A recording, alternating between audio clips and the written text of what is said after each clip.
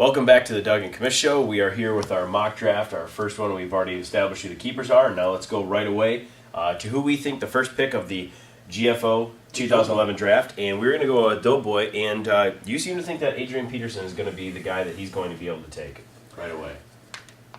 Dougie, I do. I mean, Adrian Peterson's a safe bet. It comes down to two people, I believe, Adrian Peterson or Chris Johnson. Mm-hmm. It's a 50-50 thing. You got Chris Johnson, obviously very electric. Adrian Peterson's a workhorse, yards, touchdowns, the whole 9 yards, gets the ball inside the 5.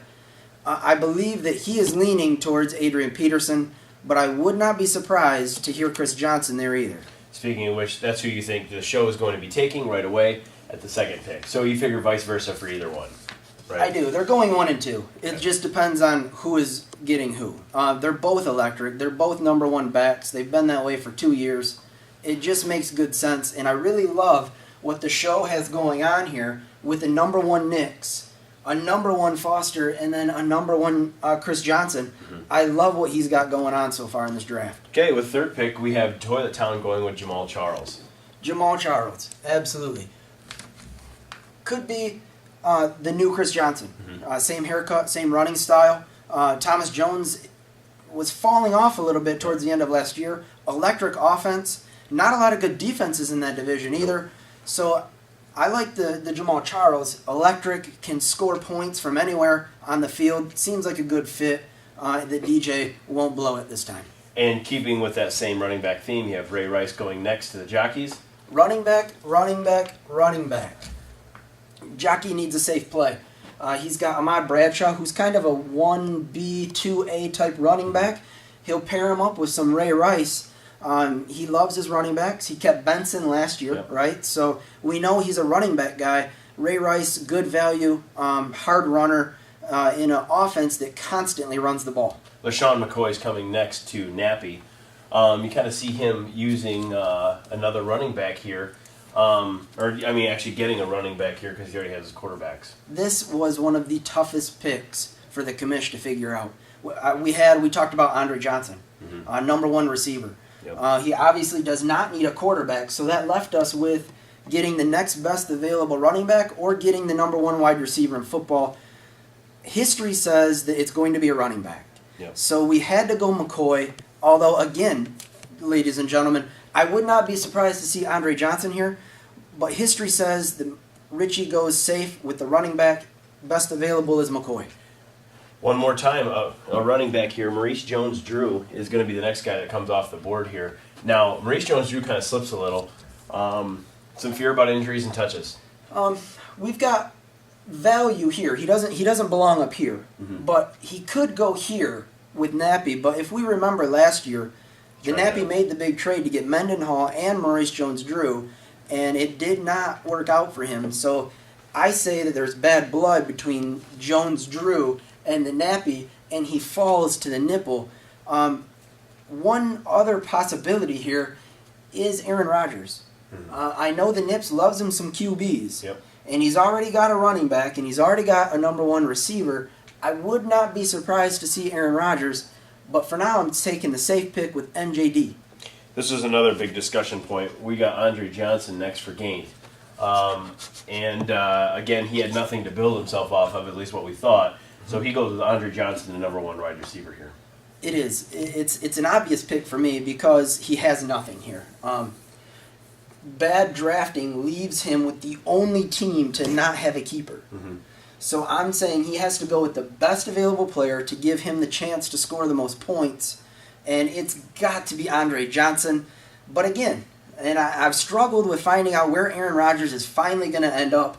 I would not be surprised to see Aaron Rodgers here either if we go Jones-Drew, only because of value. He's starting to slip a little bit, just like in real life, as we discussed. Yes. Aaron Rodgers was the number 1 QB last year, plays tons of games against not great secondaries. Minnesota's secondary sucks. The Lions' secondary sucks.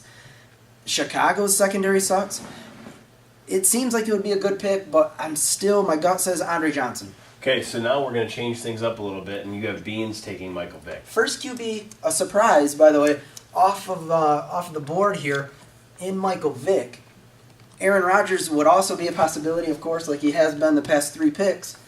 But Michael Vick is special. He's electric. He can score. He's the only player in the league that can score 6 touchdowns for you in one day. He seems like a home run. We remember back in the mid-2000s, Dougie's love for Brianna Westbrook. Also a Philadelphia Eagle. There could be some kind of twisted love here for an Eagle, and he goes for Michael Vick. A solid pick for the Bean. New guy, kind of hard to decide on what we're going to go here because we talked about Ben Roethlisberger, and we don't know if he would go with actually 3 quarterbacks, but we have right now pinned as Aaron Rodgers because we think it's a safe pick for him.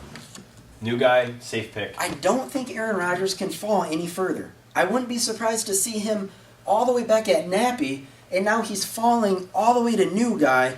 If New Guy doesn't take him, there's nothing left that's that safe. The number 1 QB, pair him up with Mike Wallace. I think it's a great fit.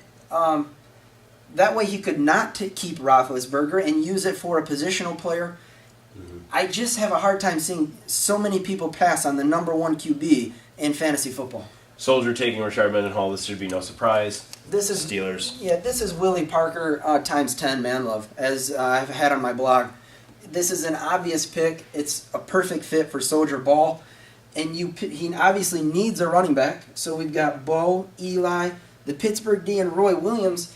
Now throw in our number 1 running back, and his starting lineup is almost fixed. Yep. It's almost done. White trash, we have taking Roddy White, which is going to throw off trash here because of the Matt Ryan. We think that white trash is going to try to pull something, but don't be surprised if maybe these two flip-flop.